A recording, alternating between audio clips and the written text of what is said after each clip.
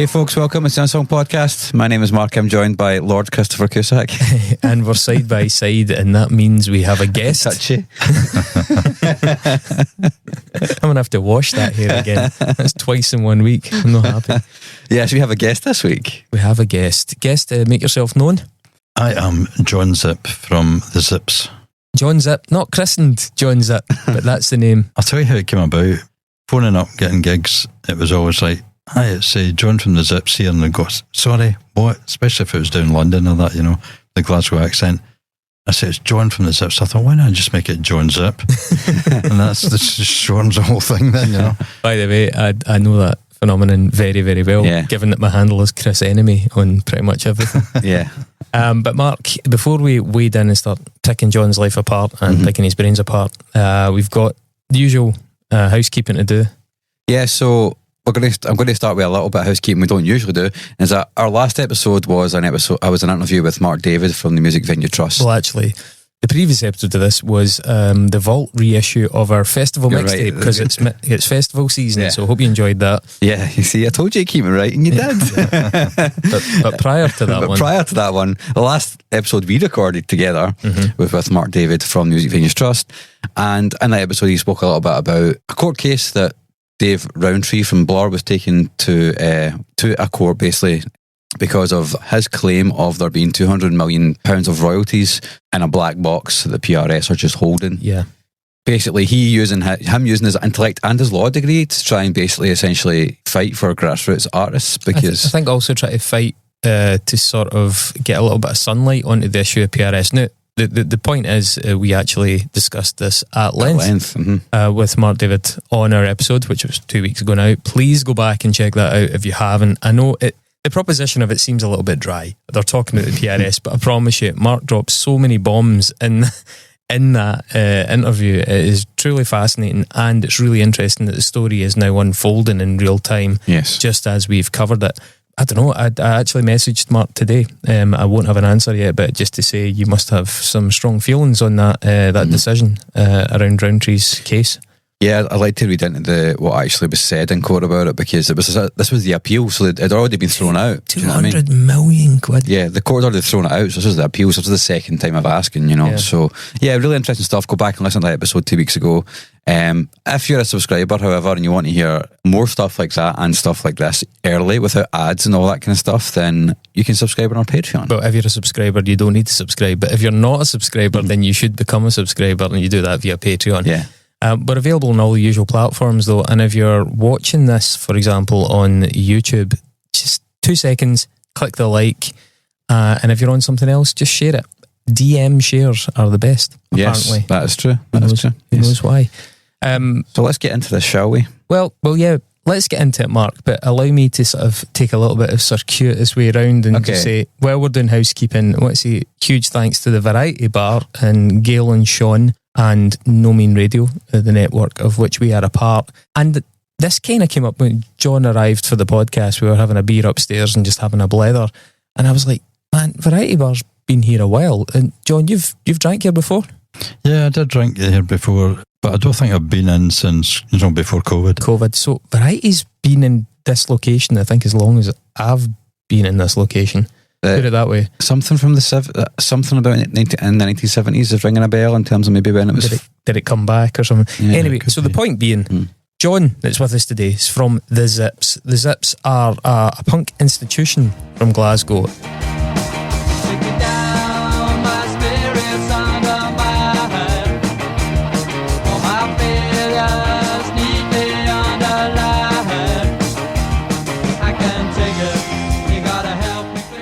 They're one of the 77 originals, albeit you started gigging in 78, but the project, I believe, started coming together in 77.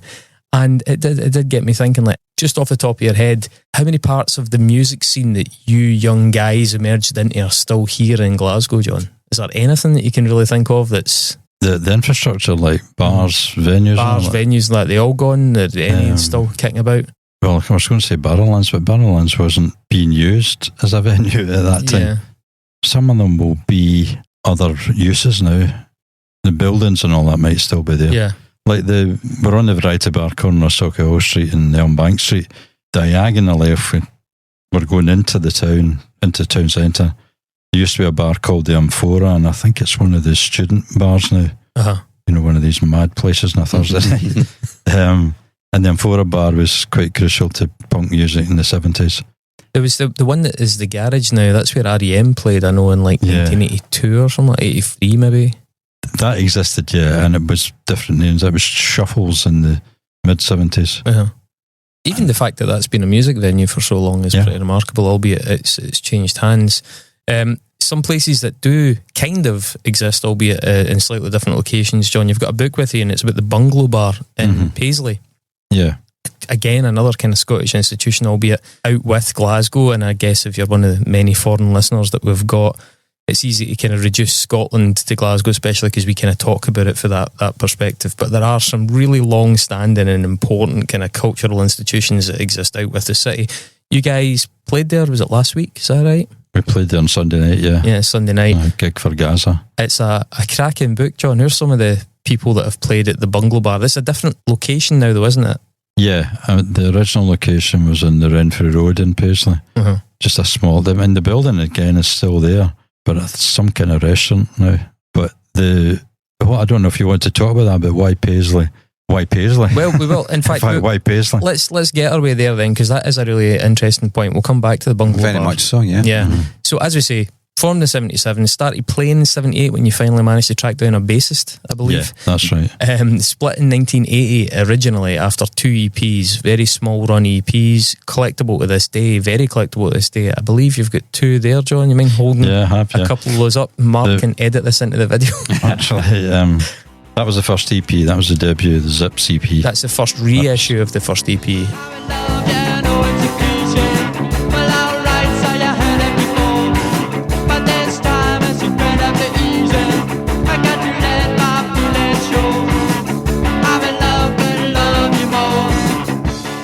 If you're out there and you've got one of the 500 originals, then you've got a wee bit of money. Yeah, this is a reissue by a label in New York, Sing Records in Brooklyn, and it's subsequently been reissued again by a German label called Mad Butcher Records. And that was 3 years ago. Yeah, and what each of them did was they just kept it to the same 500 copies with a lyric sheet inside, and it's got the lyrics for one of the songs, "Don't Be Pushed Around." Are sort of all cut up like a ransom note all over it. So each of the reissues have followed that sort of same design, which is pretty cool. But the first one, 500 copies, sold out in 6 weeks. Wow! Just really in Glasgow, there was a couple of record shops. Bruce's record shop in Union Street, where FOP was for a while. I don't know, is FOP's still there? Still there, right? Yeah. And they sold most of them. There were some shops in Edinburgh as well, took it, and we sold it at gigs. The plan then was, right, we need to put it out again, get more reissued in, but we're a bit gung-ho, and we thought, no, we've got all these other songs, let's put it. And the second one's not an EP, it's just a single, 2 sides. And the music had been starting to move on. This was like... So it's Radioactivity? Yeah, this was like early 1980, and we were involved in doing lots of gigs for like CND, and there was an organisation called SCRAM, Scottish Campaign to Resist the Atomic Menace, and that was to stop Thatcher building so many atomic power stations around the UK. So we were drawn towards those kind of issues, and the music had moved towards ska. Ska was coming through, and so we stupidly thought, well, why don't we do it as a ska song then, because that was like covering 2 bases. It's like covering the political aspect, because it's called Radioactivity. It actually covers the thing about the 3 Mile Island incident outside New York, where the power station almost imploded. So that was part of the lyrics, and so it was quite topical lyrically, and we thought, well, make the music topical as well, and made it ska, which was a complete mistake, because the sort of fledgling ska audience in Scotland hadn't a clue who we were, and the punk audience that we had, albeit not huge, were really miffed because we turned our back on them and went to ska. So it was like it fell between 2 stools.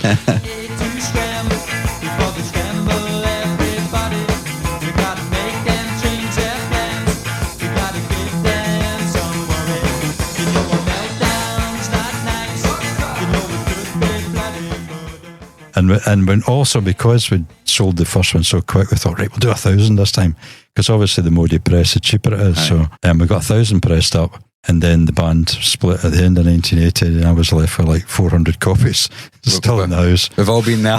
We've all been there. The problem is we've usually pressed 400 copies. So that was the wrong decision, although it turned out that in retrospect it was the right decision, because the Zipp CP only being 500 made it rarer and more of a collector's item. Aye. Which we obviously over the years we didn't know that there was this sort of collector's thing going on in the background until 2001, I think it was. This guy phoned me up from a record label called Detour Records down south, and this is just a great story about how he got a hold of me. He knew that he had a copy of the single, and he saw the drummer's name was Joe Giaconelli. Yeah. And he thought, right, okay, phone book, get the sort of West of Scotland phone book out. It can't be that many. Unfortunately, there are quite a few Giaconellis. Actually, no. The Scots-Italian connection. But he did eventually find the right guy, and he said, oh, you were in the Zips, right? I'm trying to get hold of you guys because blah, blah, blah. And he explained to him, and then he said, I'll give you John's number. And he phoned me up, and at first I thought it was like a scam and that. He goes, yeah, you know, you've got tracks in these bootleg albums all over Europe. Do you know about it? And no, I haven't a clue. He said, well, you have, and obviously you're not getting any money for it. But I run this label, and we put out compilations of early punk bands, and I'd like to put a couple of tracks on it, and I'll pay you for it. Oh, okay, sounds like a plan. He said, no, and by the way, have you got any copies of any of the singles left? And I said, yeah, I've got a few. I've got loads of the Reductivity single. I've only got a few of the Zipp CP. He said, right, okay. Well, I'll give you 25 quid for each of the EPs that you can send me. And I thought, it's brilliant. Not knowing what it was worth. Yeah. And so I'll give you £1 a copy for the Reductivity. I thought, right, great. I mean, to go back, the Zipp CP and the Reductivity was 75p. I'm getting sold back in the day. So that was great, and he sent me the money, and then he said, no, the compilation will be maybe next year or something. And then out of the blue he phoned back and he said, right, okay, that's it, ready to go. So we booked a garage in Ibrox in London for the launch night, so if you guys can just come down. What? I said, well, still could get a hold of the well, actually I had been in touch with them all because of what had happened, because obviously there was money there, and I was being honest Jonzip. I'd contacted him and said, right, we'll split it, and I hadn't actually get around to doing it, but I said, right, okay, I can get the drummer and I can get the bass player, but the guitarist emigrated to Australia in 1982, so he's obviously not going to come back for one gig, but we just need to get a guitarist, which we did, and we went down and we played the gig. And it was just great fun. We only had like a 15-minute slot on that because they had all the other bands that were on the compilation doing the same. So we came back to Glasgow and I thought, that was good fun. I think we could maybe have a go at this. And of course it was left to me because it's always me. So I'm phoning around like Nice and Sleazy's and all these places and saying, we're a punk band from the 70s and they were looking for gigs, and that's like, if it wasn't the phone slammed down, it was like, what are you thinking about, you know? And it was really hard going. A few pubs had said, we could get you, but you need to do covers and all that. We're not interested in you doing original stuff. I mean, we're not going to do that. So it kind of died a death for a bit. And then all of a sudden, the music business changed and the Strokes came through, the Libertines, Black Rebel Motorcycle Club, and all these bands were appearing and they were getting interviewed in NME, and they were quoting their influences because I'd been saying, well, that's what you like. I said, well, like Clash, Buzzcocks. And I never quoted Sex Pistols because we weren't really that direction. It was more mainstream punk. Although Clash are not mainstream, but you know what I mean? You could hear what singing about. Yeah. And so these people are obviously reading this going, that's that band they were saying that was their influences and that as well. So, I mean, I didn't have to take no for an answer the first time. So when I started phoning back then, they go, right, well, we'll try you out, you know, just a support slot. Half hour, whatever, can do that. Yeah, no probs. And that got us back in. But if the music business hadn't turned like that, I doubt if it would ever have happened second time around. It's really interesting because, I mean, that's around about when my own band was really starting to kind of hit the gigging scene pretty hard. And we actually found ourselves on bills with bands like Sad Society. Remember that? Oh, yeah. Like 1982 or something, those guys started. So there definitely was a batch of these folks who'd been out at it for a while that kind of felt that there was a wee bit of energy and a wee bit of demand, and as you say, they were no longer being expected to be a covers punk novelty act. It was like, no, come back and do your stuff, because there's a bit of an appetite for it. And it was just there was a fresh generation of ears and people that were invested in it, and I think that's definitely a theme we're going to come back to as well. But as you say, so that second EP came out in 1980.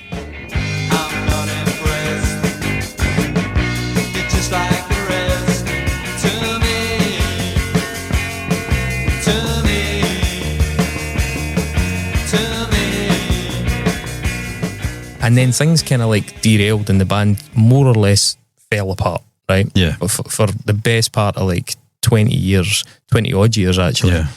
What did they do in between? Yeah, well, I do have a couple of questions about it. Now, first of all, that original lineup you mentioned about, it was yourself, John, it was Phil on bass, who I think still plays. He still plays with the Jam. It was Joe Giaconelli on drums, and it was Brian was a guitarist at the Brian time. Jackson, he emigrated. Yeah. The current lineup, just to give everybody their place, it was a different lineup when you did Guitar for Hire. Yeah. And then the new lineup is different again, is that right? Yeah, when we got together again in 2002 and we did that gig down in London, there was a young guy called John McMahon who came in because he was Joe, the drummer, knew him from playing in another band. So he was great. He was a brilliant guitarist, excellent, but young guy, and he couldn't really see what the point of what we were doing, you know. And he was a big Oasis fan, so that was slightly odd. Yeah. So he left, but he was there for the first EP that we released as from the Reform band. Is this the Hotwired? Yeah. And I mean, his guitar work on that's really great. It's brilliant. But that he left, and we got another guitarist in.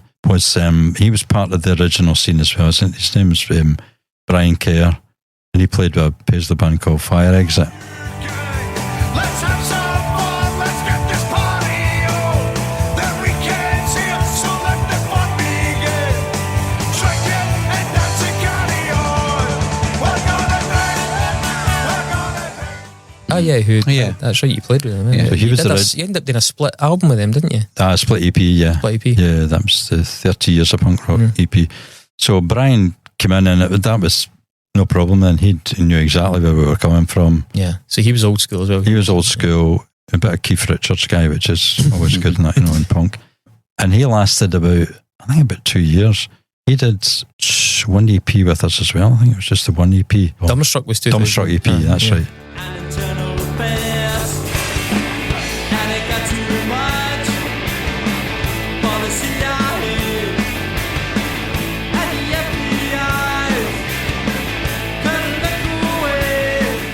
Should have been called the Whodunit EP. That's why I keep saying it. And he left because he said we were too political.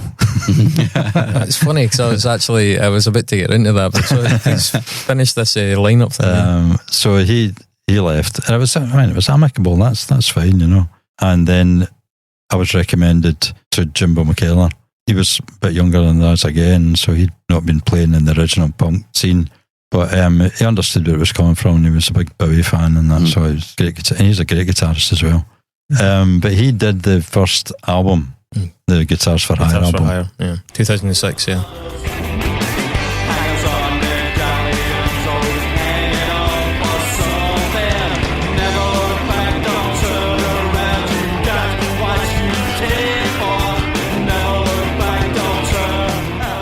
Yeah, so, and he stuck around then until both him and Joe, the drummer, absconded to join a band called the Media Whores. They had been depping with the Fire Exit when they were short of players, but they decided to. Oh no, they still thought they could do the two bands, but that's a hard thing to pull off. Sort of threw the rattle out the pram and said no. Because when you guys went back at it as well, you were busy. It wasn't like you just went back to it like a kind of, we'll dip our toe in now and again. Like things took on a fair momentum. And then you changed one more. Is it just one more time? Because it's been a pretty steady lineup for the subsequent albums. And yeah, when they jumped ship, every year we do the Joe Strummer tribute night at King Tut's, December the 22nd, which is the anniversary of his death. And one year there was really bad snow on that day, and the lineups of all the bands was devastated because people couldn't make it in. So the Zipp's guitarist and drummer couldn't make it, but the Combat Rock guys, the drummer and guitarist from Combat Rock, filled in, because all the bands are just doing Clash songs anyway on that night, so it's fairly easy for them to just slot in. Aye. And I really liked the guitarist, the way, the Mick Jones guy in Combat Rock. So, and he lived in the south side like I do, so I arranged to meet him in a pub, and I just said, I know you've got Combat Rock as your priority, but we're needing a guitarist. And I said, yeah, I'll have a go at that. And he's been with us since. Brilliant. The drummer was a recommendation from a guy in Paisley that I knew. He knew we were looking for a drummer, and he suggested Jim Ramsey, who'd been in a band called the Wiseacres in the 80s, signed to Cherry Red Records. Yeah.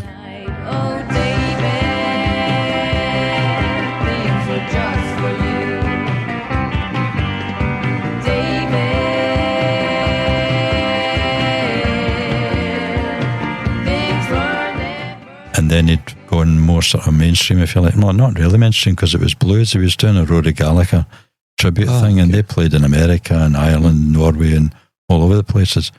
But he was at a loose end at that point, and he fitted in. It's great. So here's a question.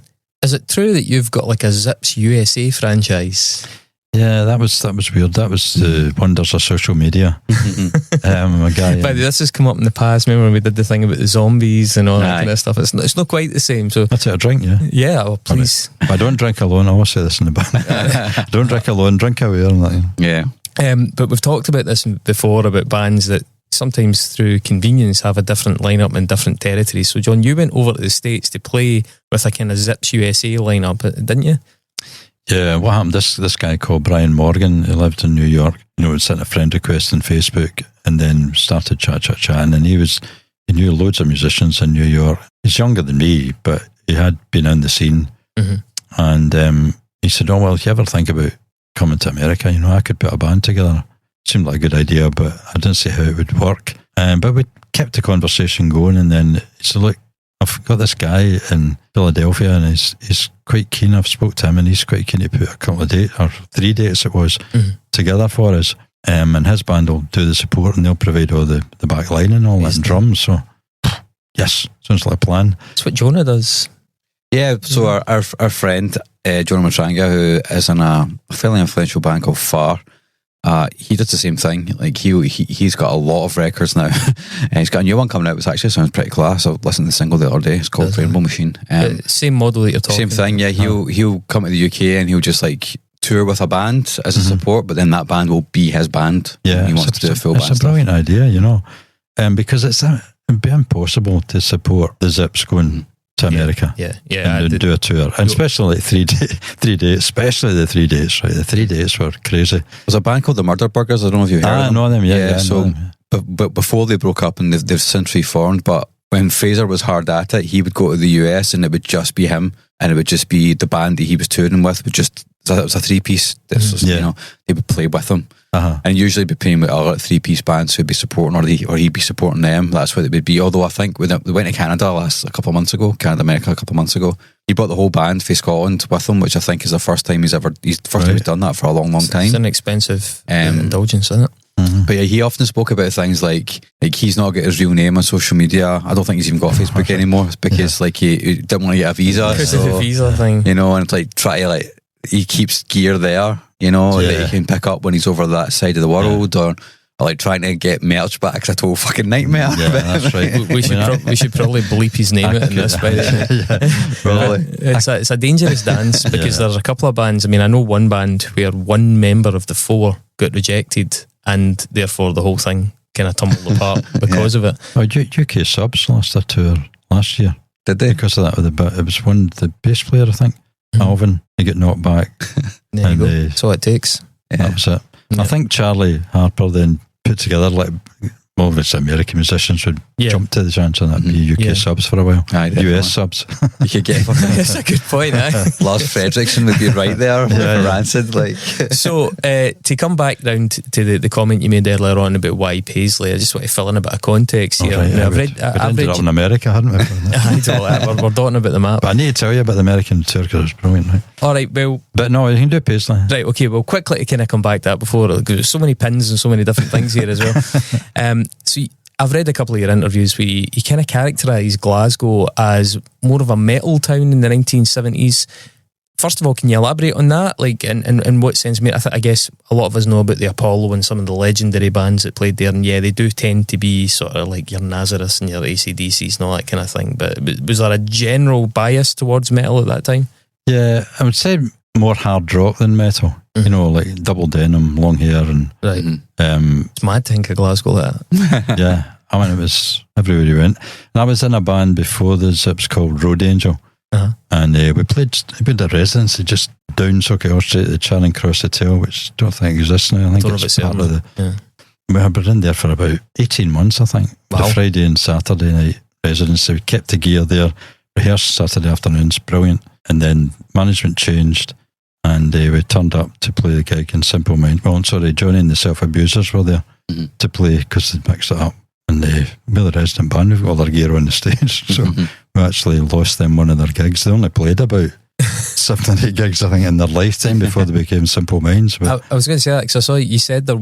So basically, because of that, there weren't that many punk bands in Glasgow at that time. Johnny and the Self Abusers, who would become Simple Minds, being one of the only ones.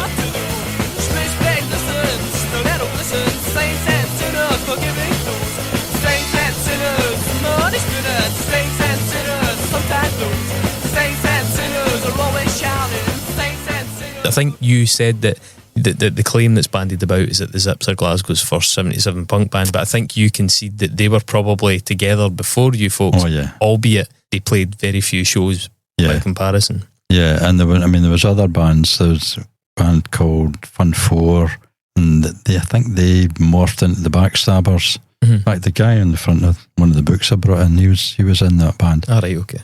Fire Exit were not Glasgow, but sort of Paisley, but they predated us by about 6 months as well. So there was punk bands out there, but I mean, obviously there's no social media, and I mean, we probably should say that although it's stated at Glasgow banned punk, it wasn't an outright ban on punk. But the Stranglers played City Halls in Glasgow in 1977. This is exactly what I wanted to ask you about. First of all, so the context of what John's alluding to there is that basically Glasgow City Council banned, we say that in inverted commas because we're going to qualify that, but banned punk concerts in the city, which further exacerbates this whole kind of dearth of punk bands in the area. You've kind of made the point that a lot of towns and cities in the UK tend to have like a big band or a bands from them that's identified with them, you know, like Buzzcocks and bands like that, or going up the East Coast, the Skids, people like that. But Glasgow never really had a punk band that really like was head and shoulders above the others in terms of profile. And I'm curious, first of all, what was the ban? Why did it happen? And also, do you think the ban contributed to that lack of high profile bands, or do you think one fed the other? Well, in my opinion, the so-called ban did sort of kill a lot of potential punk bands. How do they ban punk? I mean, do they go and check listings? If they hear about a venue that's had a punk gig on, do they deny their licensing, or what? That's basically, you've got it in a nutshell there. The license holders of all the bars in the city centre are basically told, if you put on a punk band, you'll lose your licence. Wow! Because you have to go before the licensing board. I think it's once a year at least. And they go through, and if there's been like a murder in the pub, or if, you know, things like that, that's like marks against them. You know? I wonder what their order was. Punk gig before murder. Yeah, and, you know, things like that. So yeah, if it was known that they'd put on a punk band, it would go against them. And in fact, I'm quite sure, I don't think it ever happened, but I'm sure the police would probably raid the place because they were so paranoid about it. That's mental. I mean, basically, the Stranglers came up to play City Halls, which was stupid in the first place. Because City Halls is a city council hall. I was going to say, they played a council venue. Council venue with seats that are just, you know, like in a school, you know, just the single chairs. Aye. And everybody's supposed to be seated. And the minute the band, everybody just stands up and they're jumping about and that, and the chairs are all getting moved about and all that. And then no bouncers, because it's a city council hall. It's just the council workers with their wee green jackets on and their ties and that, you know, and they'll just sit down and whatever, you know, and the kids are just laughing at them.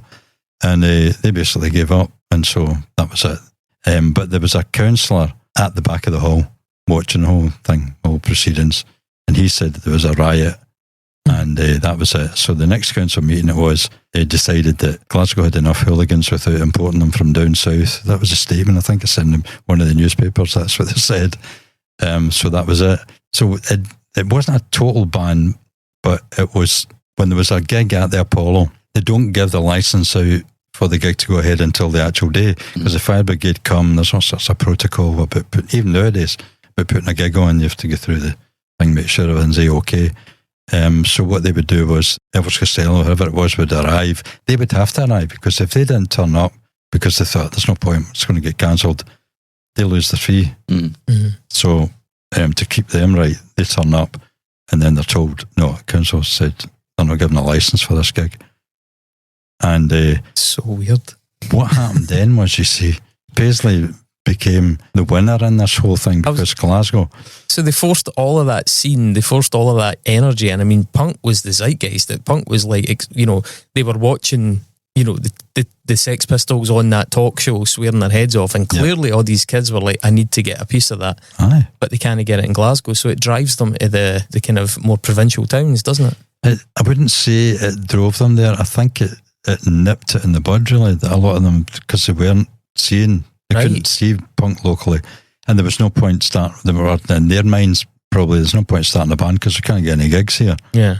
And the ones that did surface that were supposed to be part of the punk scene in Glasgow weren't really punk. I mean, there was one band, that Zones, they get mentioned a lot, which always miss me, because when you do an alphabetic thing like Scottish punk, I go and I go down and go, Zones.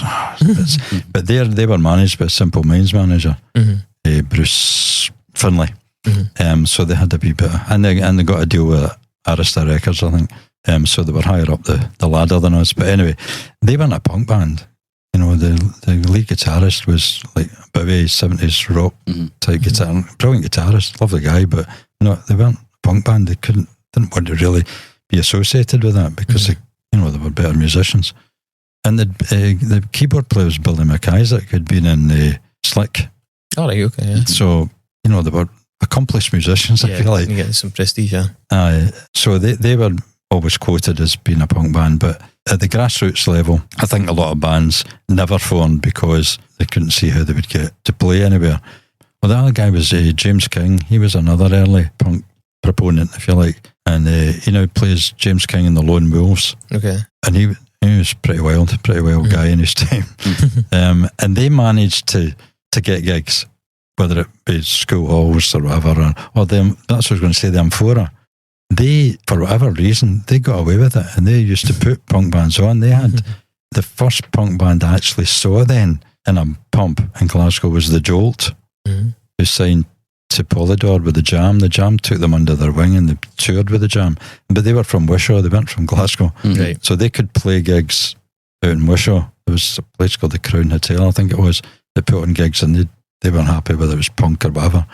So they were able to nurture their. Well, there are a lot of act. Equivalents to that in the likes of Cumbernauld, Paisley, those kind of places. Because their councils didn't seem to care about punk.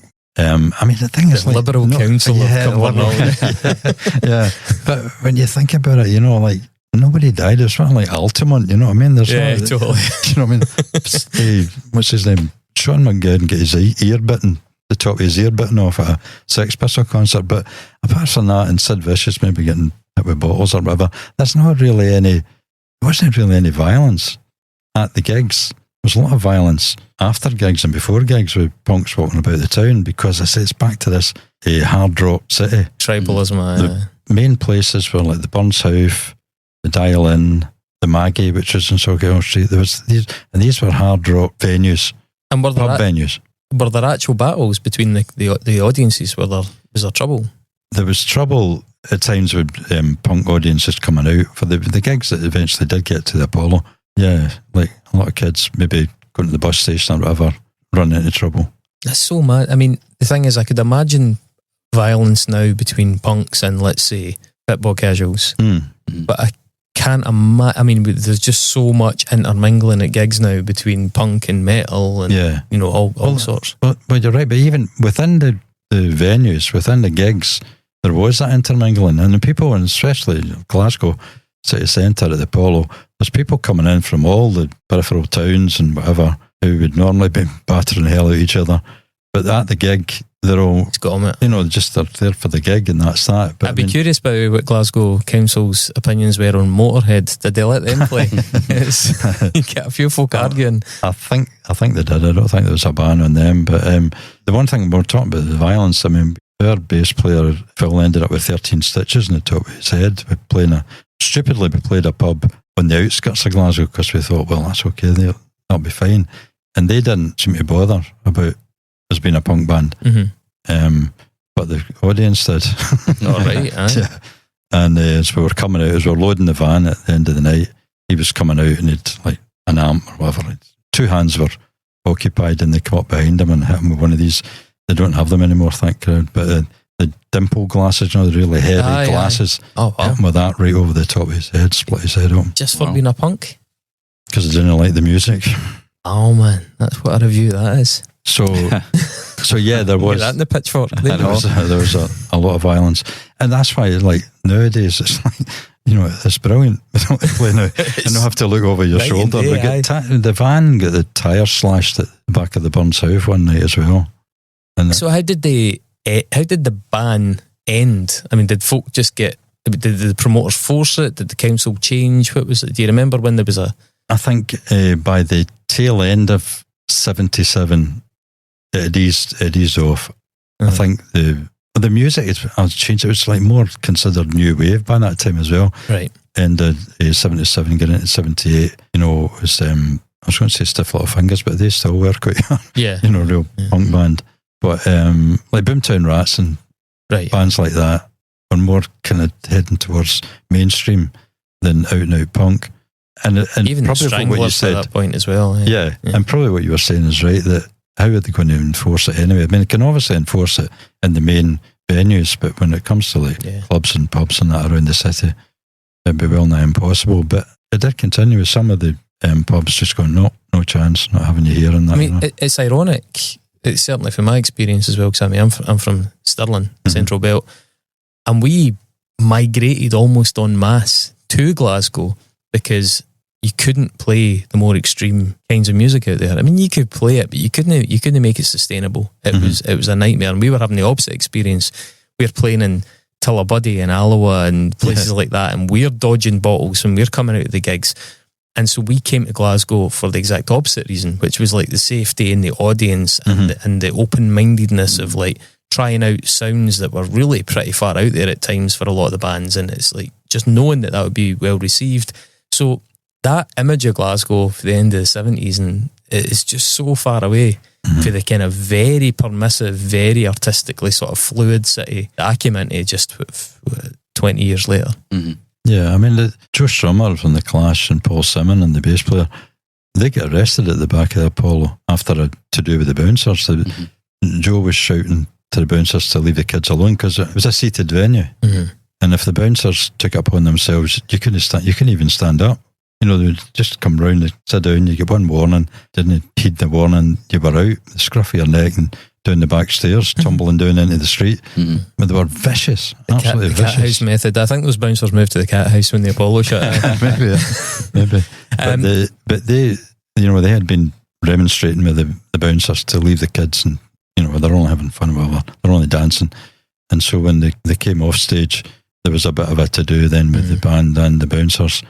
And, you know, it was a heated discussions, if you like. And as they were in the lane to go away, it was either Joe or Paul had a glass bottle and just smashed it in frustration. And that was it. The police just ran down, arrested the two of them, and ended up in jail for the night. Oof. I don't know what happened to Topper, the drummer, but Mick Jones ran off. He just thought, Jesus, we're not going to get arrested. And he ran, and he's running down like that'd be Renfield Street, trying to find, he didn't know where the hotel was. He's running down, and luckily some young Clash fans knew it was, Mick, what are you doing? And he was like, really, he was distraught, if you like. Wow. And he knew the name of the hotel, and they got him to the hotel. But he did think that, like, he was going to get lynched and that, you know. So it's a whole different ball game now than it was then. Yeah, totally. And Glasgow, did have a bad reputation. But the Paisley thing then was the saviour, I feel like, because a couple of things. I'm actually researching this for an article now for a magazine called Pan and Arrow that I do And the main thrust of it is that there were two venues in Paisley. The Bungalow Bar that we talked about, which was a pub, but it had a stage and a small stage, and the Silver Threads Hotel. And the Silver Threads Hotel had a function, and they would have like weddings in and stuff like that. And there was a guy called Harvey Stewart, his nickname was Disco Harry, and he basically had a Sunday night there every Sunday for whenever. Could almost have been Disco Stew with Harvey Stewart as well. Anyway, he had this, and he could do what he liked. He could put him, he could just do his disco night, or he could put a local band on or whatever. But he saw an opening because these gigs were getting banned in Glasgow. Yeah. And he thought, so he got in tow with the Bruce's Record Shop, and they ran buses from outside Bruce's Record Shop to Paisley.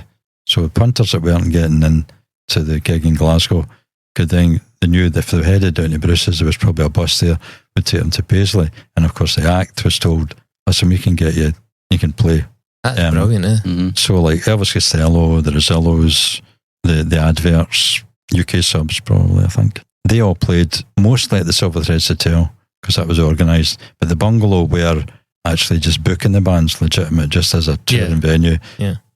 You'll not get to play in Glasgow, but you can come and play here. So they had like Chelsea and 999, I think. And we supported a band called Cockney Rejects. Yeah, very famous, huh? Mm-hmm. And that was their first ever gig in Scotland. And they were tasty wee guys. They were off in the East End of London. Yeah. And I think a couple of them were boxers, or amateur boxers. They kind of had a rep for that. So they had a reputation for that in London. But they were scared coming up to Scotland because they thought they were going to get a doing. This thing. In fairness, it was a rough place. It was a very rough place. I mean, Paisley's actually really nice now.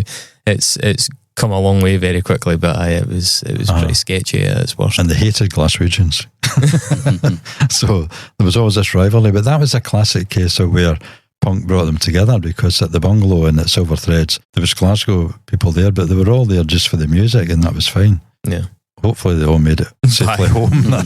Back. Did you ever take much to do with Edinburgh? I mean, but Edinburgh by the 80s and even in the early 90s had some really interesting punk stuff going on. It had that Gaelic for punks and stuff, that movement, and Scatha and a lot of bands, Oi Polloi, bands like that were there. But I don't. What was it like back at the time when you guys were originally going? Our impression of what was going on in Edinburgh was more sort of arty, art school type bands. It didn't seem to be, which is mad, because that's what Glasgow was known for when I moved here. It was like suddenly it was an art school town. Yeah, that's right.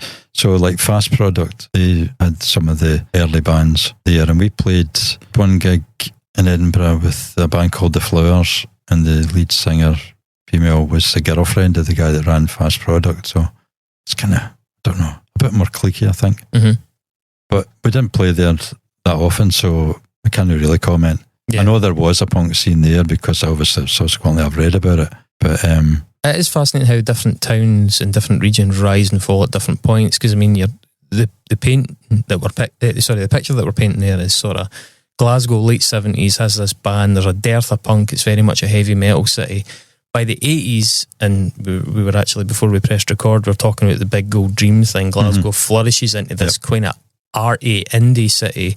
Meanwhile, Edinburgh at that point, you've got all these kind of like that Sad Society and all those folk came through there, and then you had like Oi Polloi and stuff. Exploited, Gaelic for punks, all this kind of movement. Suddenly Edinburgh is this really, I mean, I always remember Edinburgh as a kid was like guys on Coburn Street with Dugs on strings and a can of like 9% cider, you know, and it's like, it's suddenly Edinburgh's got a really different vibe, and then Edinburgh ends up, when I was starting in a band, Edinburgh was all stodgy new metal, even when it was long past being cool.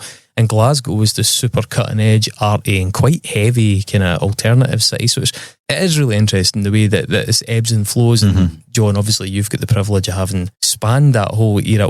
What were you doing between that first iteration of the band and the kind of 2002 revival musically? What were you into? Like, what were you animated by musically, and were you playing anything? Were you in any groups? Well, I've always been the main songwriter, so when the Zipp split up, I couldn't stop writing. It just happened, you know. But the music scene had moved on, and I started listening to bands like Echo and the Bunnymen and The Cure.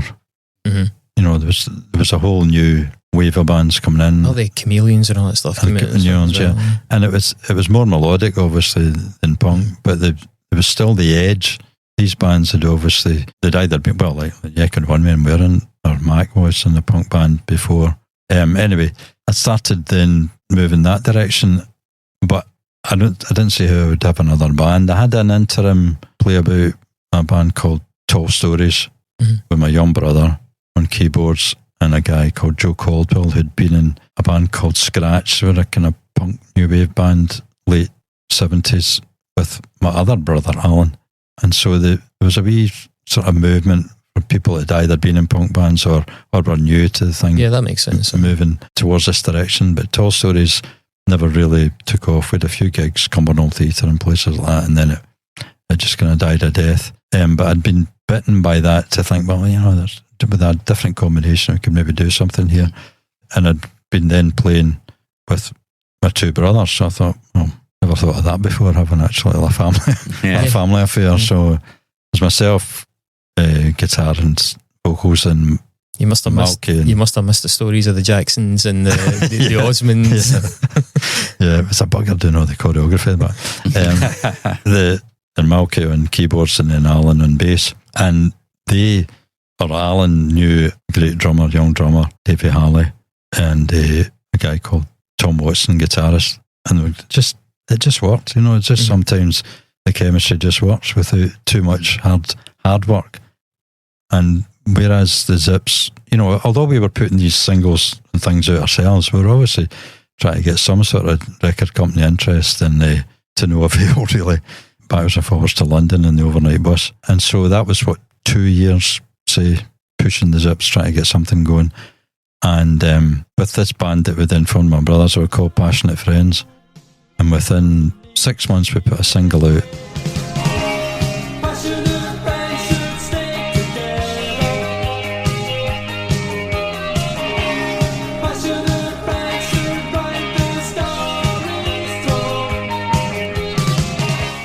I still had the label. That was the other thing. I'd started a label called Tenement Tunes for the Zips. But I was a local label that, because I didn't know how to do it, they organised it. We had paid for the recording, which that's a good story. That was in the Burns House, which was supposed to be a heavy hard rock pub, but they eventually took to us. And it's when you got your tyres slashed out the back. Aye, but eventually they took to us, and you get paid £15 flat fee for playing. But a Saturday, I think it was a Saturday afternoon, they closed. In them days, the pubs had to close for 2 or 3 hours while they cleaned them out and that's right, swept out the blood and got the sawdust down. So this guy who was the DJ in the pub, he'd a 4-track recorder that he kept in the pub, and he made it known to the bands that if they wanted to record something, he would do it in this upstairs lounge when it was quiet. Yeah. And it would be the £15. So you get your £15 to play the gig, and you give him the £15 and he recorded you. So we'd recorded the 4 tracks for the EP in an afternoon in the Burns House. That's class, And but through this local label, Black Gold Records, I need to tell you that, but right, Black Gold Records was set up by a guy called Ian McCready, I think it was. He was in the band that did Chirpy Chirpy Cheep Cheep.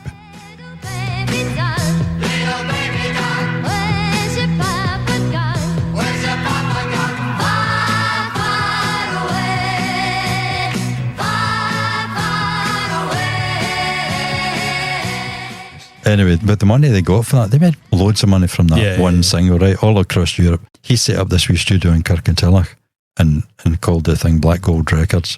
So he organised the pressing and all that for us. Middle of the road. That's it, middle of the road. That's them. But I was sort of taking note of all the stuff he was doing and getting a note of who he was speaking to in different companies and all that. And so the second time around, I just did it all myself. Yeah. But, I have to laugh at some bands that talk about, how hard it is to put your own record out these days and that, I go, listen, back in the day, you had one company pressing the labels for you, or printing up the labels for you. You had another lot doing the sleeve, and you had the pressing plant then pressing the vinyl. But they couldn't press the vinyl until that printing company with the label got the labels to them. Yeah. So you don't, and you're doing it all on the phone. Of course, there's no internet or anything. You're doing it all on the phone. That's back when people were used to talking to each other. Now we'll patch a call for our mums and just text her later, Yeah. So you that to organise, and then actually you didn't send the sleeve to them because that would have just been total chaos. You got the sleeve sent to your house, and the record then 7-inch came in a plain white Yeah, white label. So the band all got together and they would swap with an and that was it. So you'd all that to do. Whereas nowadays you just press a CD and it's like, it's all done and dusted. Anyway, that's we're going off on a tangent there. But Black Gold Records then, he was a bit iffy about the, that's just one recording in an afternoon. You could do a bit more production on it, and there was something like overdubs, which we didn't really understand. But we eventually agreed to do more vocals on the chorus, so the main song don't be pushed around, and just get everybody around the mic and just shout into the mic. It's getting a bit technical now, but there's a thing called latency, right? Which would probably have a problem here if we don't do it right. It's not like a studio, don't worry. And he was in the booth, the control booth, and we're out in the studio bit, and it's not a big road, but it's slightly bigger than this. And we're hearing the play. He had no headphones, so we're hearing the playback from the studio, from his control room, waiting for it to come up. Oh no, don't be pushed around. And we thought we're bang on in that, and never listened to it back. Got the whole thing sent away, got it pressed up, and then we listened to it and thought, bloody hell, that's like, it's totally out. Oh no, I'll do it. So you feel the same way too. Never mind the first impressions. Oh no, don't be pushed around.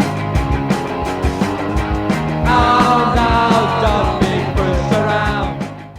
I thought, no, but we're stuck and pressed up, and that was it. He's done. never listened. And then it get played in John Peel show. I mean, he was great. He played it quite a bit. It's probably why he liked it. Well, that's what he did. He said, really, just it's the rough edges of that. That's like real punk and that, We went, all right, okay, they're brilliant. Excellent.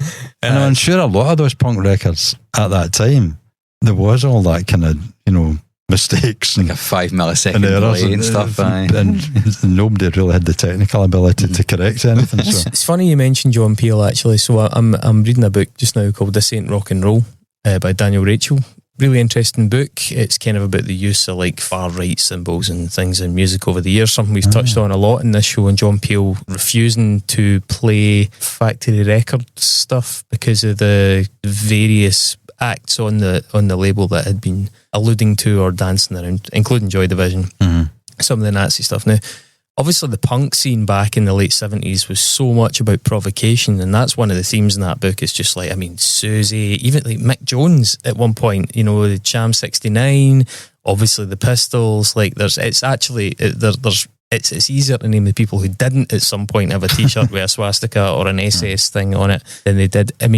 What was your take on that at the time? Were you guys ever in that boat of just provoking to provoke, that hedonistic punk movement that did that simply to shock, simply to upset? It was very much a done thing. When guys like Mick Jones were doing it, you realise it was just sort of a trope of the time. Well, he did it with the name of the band, wasn't it? Before the Clash, it was the London SS. London SS. Which he said was London Social Security. Yeah, we're really buying that, Mike. Yeah, there was that flirtation angle, but I think I get accused, I do get accused of people looking back and saying, you weren't punk enough on that, and they look at the photographs and they go, you didn't have studs and you no leather jackets on. Well, no, because these things didn't really exist. Yeah. You just bought old jackets or whatever and put badges on. And I think people forget how managed the London punk look was, especially because of sex and McLaren and Westwood. Yeah, that's right.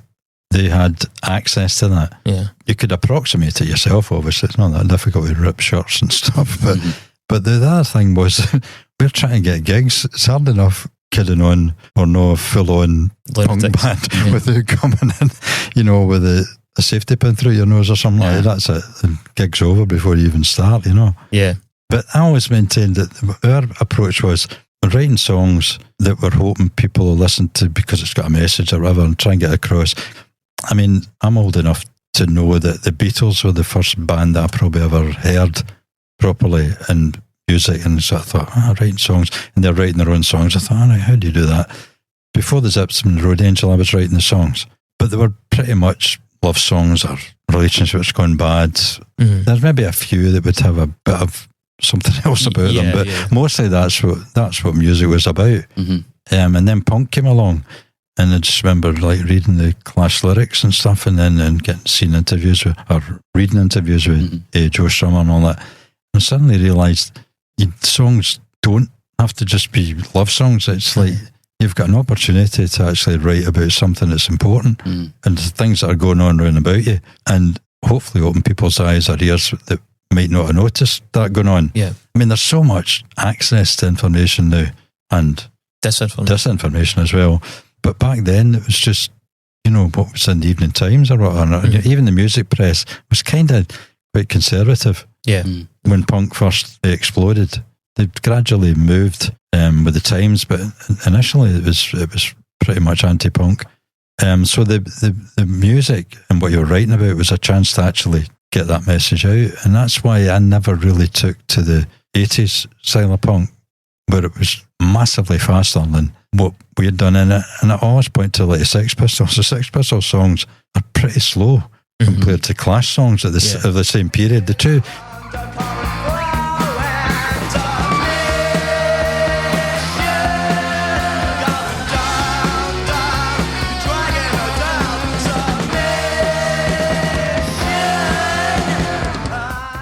The two first albums, when you play them side by side, there's a vast difference in tempos.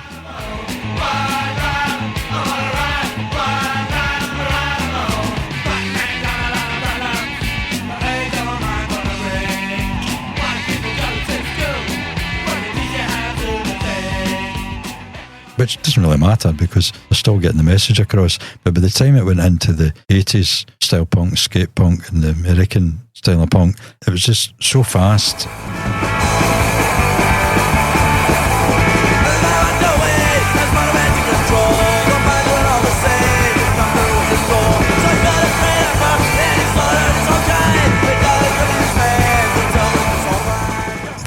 Words were indecipherable, and it might have been that they were actually saying something really important. Yeah. But if the audience can't hear it and don't understand it, what's the point? That's the idea, is to get the message across. And that's what the Clash and Joe Strummer did for me. It was like suddenly right about things that are going around about you. Right off the bat, you mentioned CND earlier on, so you were obviously quite political. But how did it feel? First of all, I suppose, were you ever drawn to that side of the provocation? But how did it feel? Be singing, quite left-wing stuff, but playing in a scene that was prone to wearing things like that. Did you ever have to cross paths with guys wearing their swastika shirts on stage? No, I don't remember in Glasgow any bands. I find it harder to picture that in Glasgow because of it being, the whole Red Clyde side, kind of because of the nature of the city. Yeah. It feels much more like a London affectation, but it is an interesting thing for us, I guess, to try and put ourselves in that scene. And yes, I'm kind of curious about your recollections of it. Yeah, as I said, I don't remember the Glasgow bands that were sort of our peers, if you like. Mm-hmm.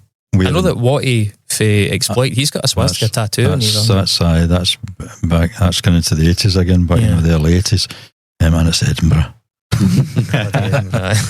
They're always with their swastikas in Edinburgh, aren't they? You can't get enough of them. But yeah, as I say, I don't remember anybody in the Glasgow bands that were around at that time. It's really interesting the way that you guys were drawn to make punk, but in a quite uncontrived way, as in you said it yourself, like you were just trying to be heard, just trying to get opportunities, sort of policed your costume. You weren't able to dress in a way that was supremely offensive because otherwise you would have had no opportunity. So it's a much more grounded version of it. As I say, in London, there was this excitement and this superstructure built up around the most outrageous costumes, the most offensive behaviour almost got you the gigs. Whereas up here, it was like, well, I want to be a punk, I want to make this music, but if I overstep, if I get over my skis, I'm actually going to do myself a disservice. And that is a much more grounded, these kind of bands trying to exist as punk bands out with that quite inflated London scene had to toe the line and created a version of punk that was just, I think, a lot more everyday and I think a lot more grounded. Do you think it's a fair observation? Yeah, I think so. The idea, what inspired me was the energy of punk. Mm-hmm. Yeah. As I said, played in other bands and slower music, ponderous, but the energy of punk just grabbed me by the throat, and I thought, this is... And the ability to communicate an actual message, clearly, as well. And not having to be a virtuoso musician to do it, because I never was and never still know it. Mm-hmm. The idea of the so-called 3-chord song appealed to me greatly, and that's it. That sounds great to me. I'll do that. It did away with the gatekeeping a wee bit. I mean, the gatekeeping in terms of musicianship, there was obviously, for the likes of London, I'm sure there was a lot of gatekeeping in terms of are you accepted into the scene? But yeah, as you say, suddenly the gates were open to people that hadn't sat for endless nights learning how to play extremely complex and difficult music. Mm-hmm. But a democratising thing, isn't it? I democratised it, and then that fed through then to people putting out their own records. So that's like DIY. And the fanzines were crucial to what was going on. I mean, You've got that. We were looking actually at a couple of things that John's brought with him early on. We'll stick some pictures of these up on the site as well. Cockney Rejects on the front. The guy that Spider-Man on it as well. The guy that did it ticked and exploded, Robin Gibson.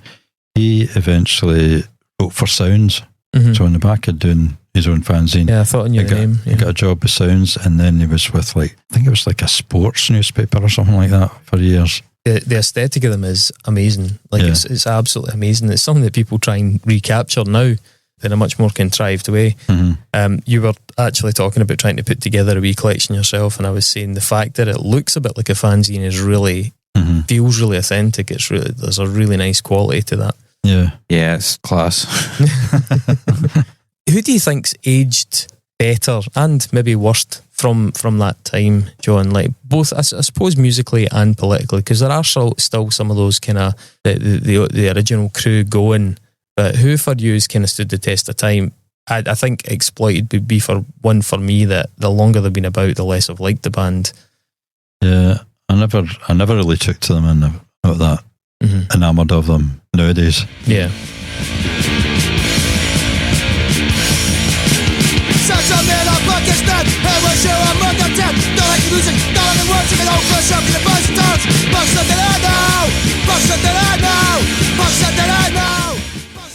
But fair play to them, they've managed to have a whole lifelong career out of it. Absolutely, yeah. And I mean, we've played on bills with them, like Rebellion Festival and stuff like that. But they've never really been what I'd be interested in. But I think the Simple Minds have done all right. Simple, yeah, going from strength to strength. The John Lydon is probably the biggest disappointment. Mm-hmm. He's always been a contrarian, and that's his nature, and that's fine. And when the Pistols Day, that was that acerbic approach that he had. Yeah, worked fine for his whole persona, but the switch to supporting Trump and all that kind of stuff is like that's not. It's like, it's okay trying to buck the system and all that, but it's wrong, because what you're trying to do there is totally at odds with what punk was about. Although he'll say, well, punk's dead. Punk died when the Sex Pistols split up. But yeah, he's a big disappointment.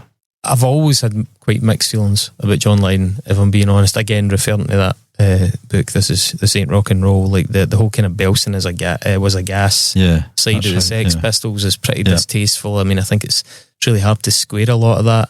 Yeah, he is a bit of a disappointment. I mean, I take it the Clash were important to you and remained so basically throughout their career. Yeah, through Joe being in the Mescaleros and things like that. Yeah.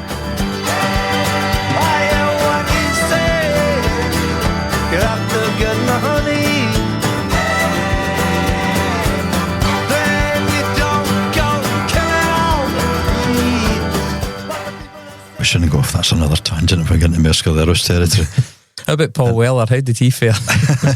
Paul Weller's done well. He did a great speech last week at a gig in down south. Yeah, just come straight out and decried the whole Zionist situation.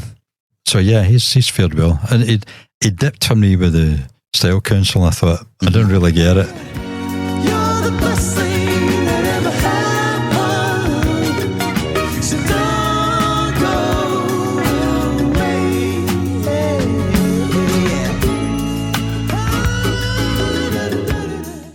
I was watching a programme probably about 3 or 4 years ago, and it was one of these, back to the 80s or whatever, and I thought, okay, see where it's coming from. It's basically like clear the decks, then I'll do something else. A reset. Yeah. I mean, I think in fairness to John Lydon, Pill was probably his best, his musical high. Yeah, I saw them. That was the last gig at the ABC before it went on fire. That's right. Thursday night, I think they went on fire on the Friday. Yeah, and I did like what they were about, but it was just his pronunciations over the years, and kind of took away from the best of what the band were about as well, you know. Totally agree. What were your own feelings on the generation of, we'll say punk rock, again, kind of qualified, but that exploded commercially in the 90s, you know, the Offspring, Green Day, things like that? Yeah, I was introduced to Offspring, I think, really through my kids. I see where they're coming from, but the whole skate punk thing of, Offspring, but Green Day, I thought they were just a comedy punk act when I first heard them, with the green hair and stuff like that. But then they matured nicely, in my opinion, and I think they've stood the test, and he's willing to stand up and speak out on major issues. They have. They've stuck their neck out on quite a number of occasions. It's interesting as well, because this is another conversation we had with Stuart Home, for example, when he was in. Was Stuart's definition of punk is pretty distinct. He doesn't actually relate a lot to the kind of more political side of it. But yeah, I guess the shit that's thrown at Green Day by a lot of people can sometimes seem a bit contrary as well. I mean, they're fast at times, but they slowed it down at other times. It certainly isn't the furious, aggressive skate punk that you're talking about in the 80s, but at times it's very, we spoke about Elvis Costello, it's very Elvis Costello, it's very musical, like some of the kind of earlier punk stuff. I think they probably get a slightly bad rap. I mean, I'm sure they're fine about it, they're rich as hell, but I think there's a not backlash, because that would have been an instantaneous thing, but over the years, that whole West Coast punk in America, I think there's a lot of bad feeling with folk that feel we could have been contenders, you know, and like, well, how did they get through in that? You know, we're all on the one level at one stage. Which kind of always happens, doesn't it? Like one band breaks through and the others feel snubbed. That's right.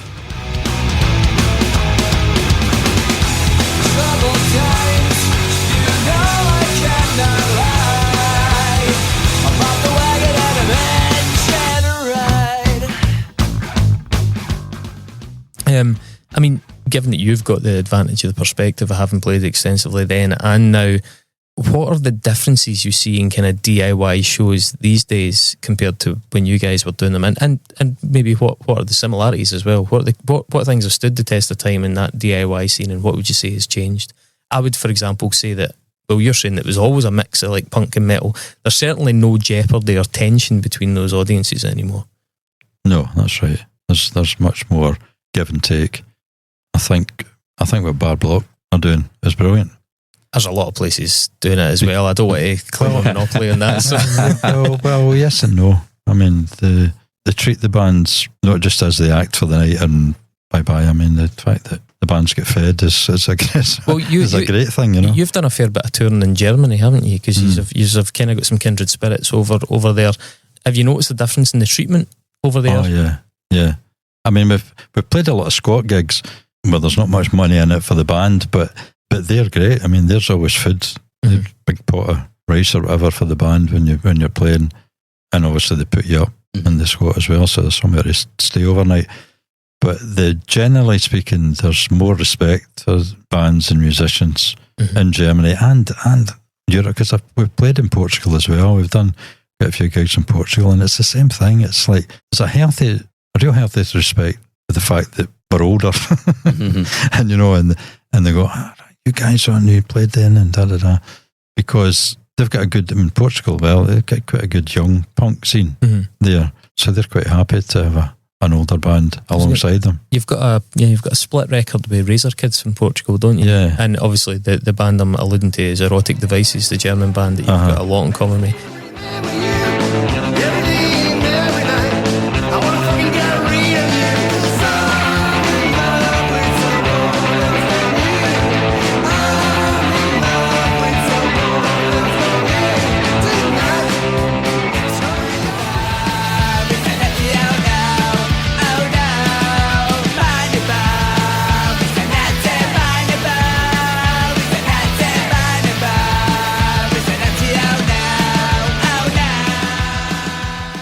That band, is it Cholera? Yeah, from Brazil. They were also in that split as well. Yeah. It's interesting you're saying about the young audience, because I did want to ask you that as well. Have you noticed, because I've certainly noticed, the resurgence of enthusiasm for old school punk amongst a very young audience? I mean, to the extent where we were almost forced to start doing matinee gigs because so many young punks, like under drinking age punks, wanted to go and see proper old school punk. Yeah, and I mean, those gigs, by the way, are something else. Like, it's incredible. It's wild. Like, it's the enthusiasm for it is really quite stunning. And I mean, don't get me wrong, you don't make a lot of money out of it because it's kids, they're not drinking. Yeah. Or, well, they're not drinking at the bar. But that was really encouraging. And I'd be curious to get your thoughts. I was interested in the motivation behind that. Maybe a generation that grew up, you know, living through screens, looking for some actual connection, some authenticity as well. How do you see it? Yeah, I think it's great because when it's a young crowd and they're going crazy at the front, you feed off the energy. At times, a lot of the punk gigs that we play, we're playing to, well, they're younger than me right enough, but they're still like middle-aged or whatever, you know, middle-aged or whatever, and they'll stand and respectfully, they'll enjoy the gig in their own way and clap and cheer and all that, but they're not going to go crazy at the front like the young folk do. I mean, that not going to push the chairs a bit. Like no. At the gig in the bungalow on Sunday night, there was quite a lot of young folk there, and yeah, it was just great to see them just going crazy at the front. And that, you know, it's brilliant. Yeah, sometimes when it's an appreciative audience but stayed, it's like they're not getting anything back. You know, it's just very polite. I mean, I think Mark and myself, because of their chosen styles of music, are very used to men in check shirts nodding away, and that's a bit as excited as it gets. Yeah, but no, I mean, we notice it ourselves. The level of animation of the young punk crowds, the crowd surfing, the folk going absolutely tonto. The kids turning up with like foot-long Mohicans and stuff like that as well, like really committing to this. This isn't like something that you can just, you know, duck out of and go to school. Like, you've got a foot-long Mohican, that's what you've got, that's your haircut. You'll have somebody's eye out. Totally. I mean, I wonder what Glasgow City Council would make of some of the audio lounge gigs, or the sleigh, or some of the crowd killing that goes on, because there's a big audience for kind of hardcore, metalcore, that kind of thing as well. And I mean, I would imagine from what you told us about the Stranglers gig, yeah, it was a little bit feisty. I'll bet you it was nothing compared to the outright violence of some of these hardcore shows. I mean, there's no reports of any injuries that are in at that Stranglers concert. I saw a boy get his nose broken at the last metalcore gig after that. I just got absolutely elbowed flat in the face, knocked him right out. Wasn't even unusual. So I wonder what the green jacketed Glasgow City Council folks would have made of that. I mean, what new stuff has really switched you on, John? Like, any of the stuff that you've played with, like you've been like, wow, that's they get it. Well, I don't want to come across here as sycophantic, but the Bar Block is really the only place where there's that kind of mix. It definitely sounds like a plant. There is the mix, and there's the desire to have a young punk band alongside us, rather than put another band of our age. I will say, I don't want to claim any sort of like secret insight there. It does seem intuitive to me that there's so many of these kids that are so into authentic 77 style punk that it only makes sense if you get the opportunity to let one or two of those bands play with the real deal. Because how many of the real deal are left? I mean, honestly, you'll know yourself, John, there's not that many who's doing it at a high standard now. I mean, there's some folks still try to do it, but you guys can still cut it. Not that many bands can still really cut it. And if you're a kid that grew up totally inspired by this music that is more or less starting to disappear, being able to put them on with an original band from that, I think that is quite a thrill for them. So that does seem kind of intuitive, and I would have expected that would be the norm, because then obviously their younger audience who are into that are going to be like, oh, these guys were the originals, they shared stages with all these people that I've grown up thinking were from a different planet, basically, because they were so far removed from me. And that's a really fascinating thing. Another one that has become a fixture for you guys is Rebellion Fest. So that it was basically a regular thing for you, isn't it? Roughly every other year. We don't get it every year, so we're not playing this year. You must play with like some really good new stuff on that as well, and get to see some really interesting stuff. Yeah, it's a good chance to catch up with a lot of bands. But I mean, that's how we made the European connections, through playing at Rebellion. Just somebody at the back of the tent was like, I need to get you across to... Well, yeah, they would, on the 2011, I think it was sort of breakthrough one. There was a girl there from Holland, and she got us a couple of gigs in Amsterdam and The Hague the following year. And there was Erotic Devices were there in the audience, but they didn't approach me on the night, but they, sent a friend request, blah, blah, blah, and we got friendly with them through that way. And then they had a booking agent over there, and they just set it up. We've been over, I can't remember how many times we've been over in Germany. It was one year before COVID. It's all this before COVID, right? Before COVID seems like this halcyon days now. It does, aye. Everything was so much easier. Remember when your pockets used to jingle for the money? Yeah. Remember having money? I think it was probably 2018 or 9. We were over there like 3 times in the year, you know, and playing different places, like all over Germany. It was great. Well, I mean, I could imagine a situation where if you were up to it, which is easier said than done, you could probably tour indefinitely in Europe. There'd be so much demand. I mean, there is such a widespread punk and squat scene in Europe. I mean, you could literally just do the circuit almost endlessly if you were the kind of person that could actually live like that. See, when you're doing the likes of Rebellion, is there ever any sort of like seasoned veteran camaraderie? Do you ever cross paths with some of the guys who are still going from the original days as well? Yeah, there's a one day, you get a weekend pass for the whole festival if you're playing there, but you only get the backstage pass for the day you're playing. So, but when you're backstage, then obviously there's a bar and there's food and all that there, so you can mix in with lots of people that you may or may not have met back in the day, but you know of them, and you know the ones that are approachable and the ones that aren't. But people like John Robb, he's there every year, and we've played with his band in the past.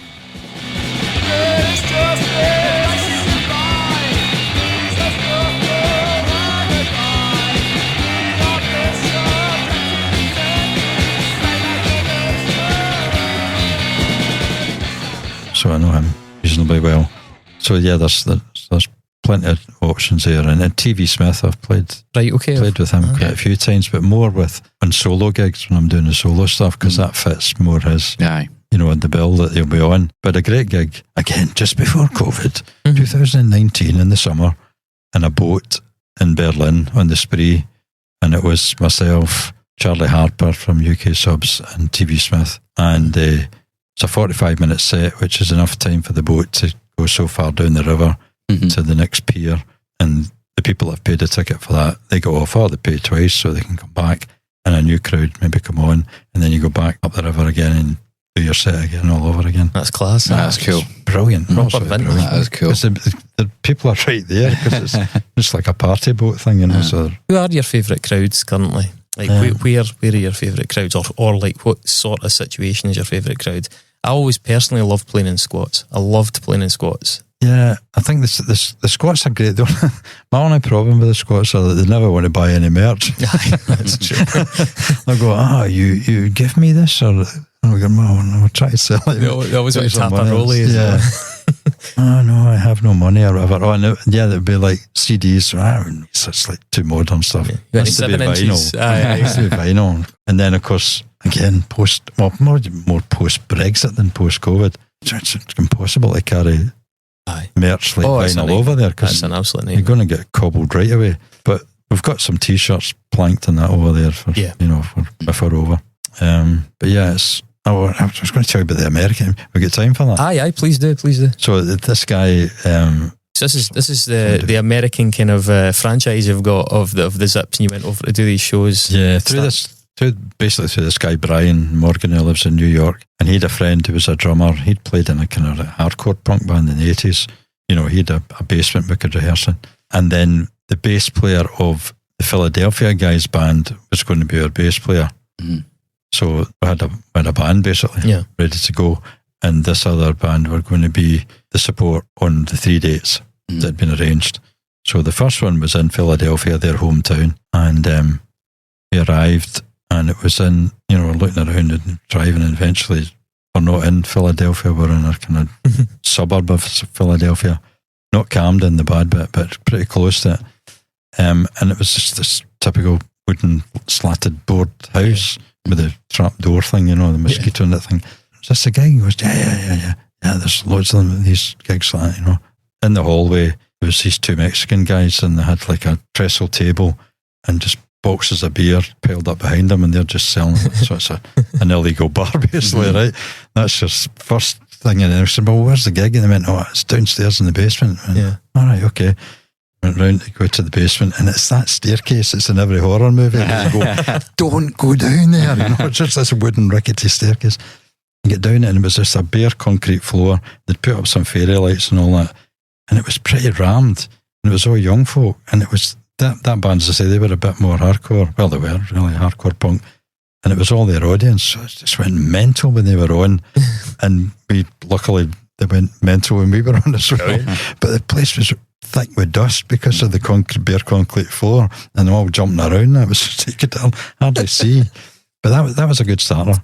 And then we went to New Jersey, and that was basically just like a bar. It was a music bar, and that worked out. That was probably the only straightforward gig of the tour.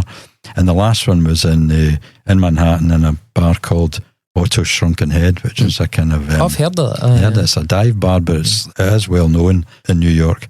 And the guy that ran it, the gigs at that time, he was just a mental guy, ex-US Marine and all that. But a really lovely guy. I suppose, unless you got on the wrong side.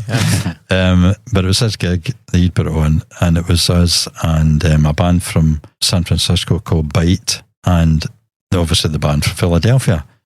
And we're hanging about waiting, and Philadelphia band didn't arrive. Then they got a phone call at the bar to say their bus had broken down and they weren't going to make it. So, right, okay, so we just got a 3-piece in because we've got no bass player. We can get around the fact that we've lost one of the bands because each band will just play a bit longer to cover the time. But the bass player not being there was a bit of an issue. Aye. And I explained to this ex-Marine and all that, waiting to see his reaction being, he went, yeah, don't worry about it. I got a guy over here. So that's a really bad accent. That sounds like something from Aberdeen. But the kind of real, thick, drawly New York accent, like De Niro or whatever. Which the guy, or Scorsese, more like, the guy over there, he's a bass player. Okay, so this guy, and he's sitting nursing like whiskies and all that. He'd had a few. But he was quite a young guy, maybe in his 30s or that, And I said, all right, his name was Josh. And I said, Josh, Joff. I said, Joff, I told you can play bass. He went, yeah, what is it? And I explained to him what was going on. And he goes, yeah, no problem. I said, but what about the songs? He goes, I'll just watch your fingers. All right, okay, fair enough. Whatever. He goes, but there's one problem. I've not got a bass guitar with me. I said, right, okay, hold on. I spoke to the guy from Bite, and he said, yeah, you can borrow my bass, no problem. Yeah. I said, right, Joe, I've got your bass, all set to go. He goes, yeah, there's one other problem. It's a right-handed bass, and I'm a left-hander. No way. Oh, no. He says, don't worry, I'll turn it upside down. I said, but you're going to be watching my fingers. Don't worry about it. I'll do it. So, he was quite drunk. So he was this drunken bass player playing somebody else's right-handed bass guitar upside down. and he got through it. He was brilliant. But he's a all-round musician. He can play keyboards, guitar, a lot, and his vocals. A really lovely guy. Brilliant, man. Saved the day for us. Flying by the seat of your pants. Yeah. That is punk as fuck. It was like your first New York gig, and you think, oh no, everything's going wrong here. But there you go. It's all the more memorable because of it. You know what I mean? Totally, you skim by that second one in New Jersey because it went fine. Yeah, that's right, just a standard gig. Did you ever think you'd be getting into those situations, still playing at this age, playing the stuff you were playing in like 77, 78? Absolutely no way, because we kind of skipped over it. But the band then I got together with my brothers, Passionate Friends, after 2 years of hitting the trail down to London trying to get a deal for Zips. Passionate Friends get signed on the back of that one single that we put out. A wee bit extra things had to be put in place, but Radio Clyde picked up on the single, played it to a death, and asked for a box, and the women at reception would just hand it out to A&R guys that were coming to the station. So it was all getting done for us. It was like I was hardly having to do anything. Yeah, well, all the years of digging and then something. Except I saw this poster going up, and it was like Rod Stewart going to play at Ibrox Park, June 1983. Rod Stewart at Ibrox. At Ibrox. I must have gold him. I don't even know if he was a Celtic supporter at that time, but I suppose he would have been. So he was, but Simple Minds played there as well. Big Celtic fans.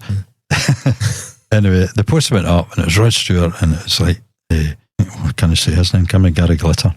Oh. And Joe Boxers, who were a spin-off from the Clash, really, because it was Bernie Rhodes, the Clash manager, who managed Joe Boxers. I didn't know that at the time. God, that would have made such a difference to the day if I'd known that. Anyway, the poster went up, and I thought, you know what? That's ridiculous. There's no local Scottish bands on that, you know, and it's in Glasgow. So I phoned the guy in Radio Clyde that was playing the stuff for us, Mark Goodyear, and I said, you know what's going on here, Mark? Radio Clyde. He goes, well, it's not really. We're just putting our name to it as a local radio station, and we'll be, you know, punting it and signing the gigs on and blah blah blah. You need to speak to a company called Kennedy Street Artists. They're down in Manchester. They've been organising the bands. I went, right, okay. So I got the number from the book in Mitchell Library at that time. You know, you only had your local directory. If you want to find out a number somewhere else, you could. I suppose you could phone directory inquiries, but I didn't know enough about them to be able to say that. You know, so Mitchell Library looked through the telephone books for Manchester and found it. I phoned them and I said, you know, we're a local band and Radio Clyde are really keen for us to play. Total bullshit, right? And the guy went, all right. Well, we've not got the final decision. We just got bands together for it. Perhaps for Rod Stewart, they'd only got 2 bands, so you know, and Gary Glitter and Joe Boxers wouldn't be hard to find. So they hadn't really done much, you know what I mean? Yeah, totally. But their name was on the poster, Kennedy Street Artists. So I said, that's right. So, well, who is it in London? He goes, it's a Harvey Goldsmith organisation. I went, all right, okay. You got a number for them? Gives me the number. Just take note, kids, by the way. You don't know how good you've got it. It's total blagging, right? Total blagging. And so I phoned Harvey Goldsmith's office, spoke to somebody there, and I said, so what's that about? I said, right, because I'd said Radio Clyde wanted us to do it through Kennedy Street. I said, Kennedy Street Artists, I've said to go on the bill, and Radio Clyde are supporting in Glasgow. And they went, well, who are you? And I said, I told them my name and said, all right. I said, oh, we're hot in Glasgow now, you know, Radio Clyde playing a single all the time, all this kind of stuff. They went, all right, okay, leave it with us, we'll call you back. And I gave them my home number and they phoned me back at home. And they said, right, okay, we don't really know much about you or anything. Are you playing in London? And I said, no, we'll not get any gigs in London arranged, but we're doing next week because we're going to see like Motown Records, United Artists, whatever. There's about 3 record labels we're going down to see. I said, all right, okay, well, pop in when you're doing them and bring the single and we'll talk about it and that, you know. So that was fine. We went in first thing in the morning and the guys that were in the office are telling us pretty much you've probably got no chance here, you know, because the posters are out, everything's been publicised and that, but fair enough, we'll take you through to see the boss. I'm thinking, who's the boss? Into Harvey Goldsmith's office. Like Harvey Goldsmith then, I mean, he's still well known, but at that time he was like God, you know, he put the Rolling Stones on and Led Zeppelin and stuff like that, you know, and then subsequently Live Aid. But went in and this real East End Cockney guy and he went, okay, so what's this about and that, you know, so and I had the drummer with me, I think that time. We always alternated it who would be with me. I said, oh, this is, you know, on Radio Clyde and blah, blah, blah, and that. And who in Radio Clyde? And I quoted like DJs, which was true. So he could check that. And I went, right, okay, well, what are you doing? I'm going to see these record companies. He went, okay, I could lift that phone right now and I could speak to the managing directors of all those record companies. Do you want me to do that? And I looked at drummer Davey. He looked at me and I went, no, we're just going, went, that's the right answer. Come back and see me when you've, you know, later on this afternoon. Get a coffee and we'll see how things went. And that was it. So it was like, because he was his background, it was like, no, that's the right answer rather than just, oh, could you get us a record deal? No, my Harvey, you know, doesn't know you from Adam. And went back, he said, how'd it go? I said, probably like 2-1. 2 of them are no interested, one's semi-interested. And he went, right, okay, leave it with me. We'll make a few calls. But he said, the thing with Ibrox, I don't know, I'll have a think about it. And the next day I got a phone call, said, you're on. Amazing. So we played Ibrox Park. He was asking, what size of venues are you playing in Glasgow? And we said, it's like 300, 500 people in that, you know. We had a residence in a Sunday night in Night Moves in Sockhill Street. And I think it holds about 150 at the max and that, you know. And he would probably have known that, but totally. You know. So that was it. So you're able to tell your kids, we got the record deal. You're like able to tell your kids, look, kids, if you try your hardest, you can support Gary Glitter.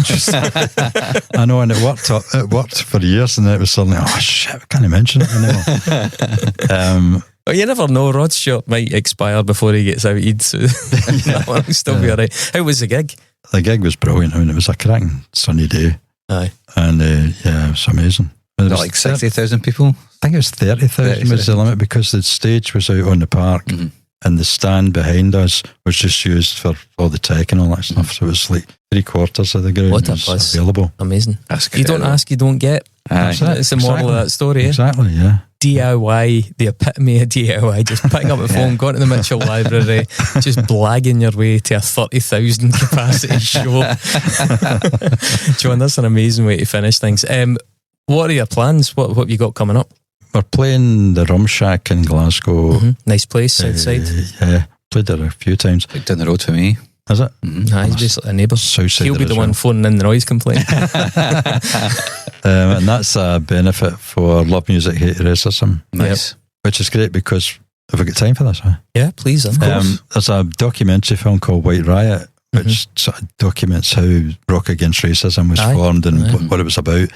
And I went to see it, and I came out of the cinema just buzzing. I thought, because I remembered, because we used to do Rock Against Racism gigs, mostly in Paisley, again, back in the day. And I was just buzzing. I thought, the whole ethos behind it is needed again. And I knew there was Love Music, Hate Racism, but they didn't seem to have the same push about them. And, and they weren't using bands, because I'd been at different events and rallies, and they had maybe had a stall, and I would go and I'd give them a card and I said, listen, we're up for doing it. And they never contacted me. So I came out and I said, right, just inspired me to write a song, Spirit of 78. So that's when Rock Against Racism was formed. That's right, yeah. And because of that, then that's given us a chance to talk about, like we're just talking about now. It's like it's needed more than ever now. It is. Because it's, I would say, it's worse now than it was then. Really? Because even without the whole National Front Rock Against 'cause Communism side of things. The National Front were predominantly in London area, and the major cities down south.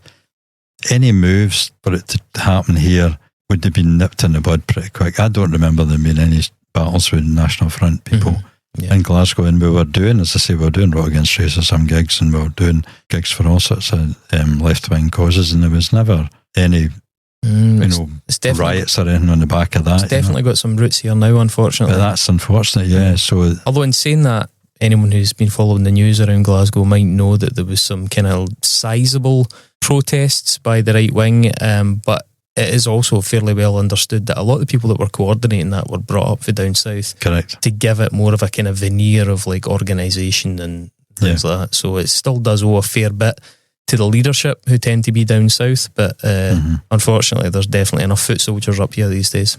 That's right. And the worst thing is that nowadays it's much easier to publicise it and spread the word to their hatred and whatever.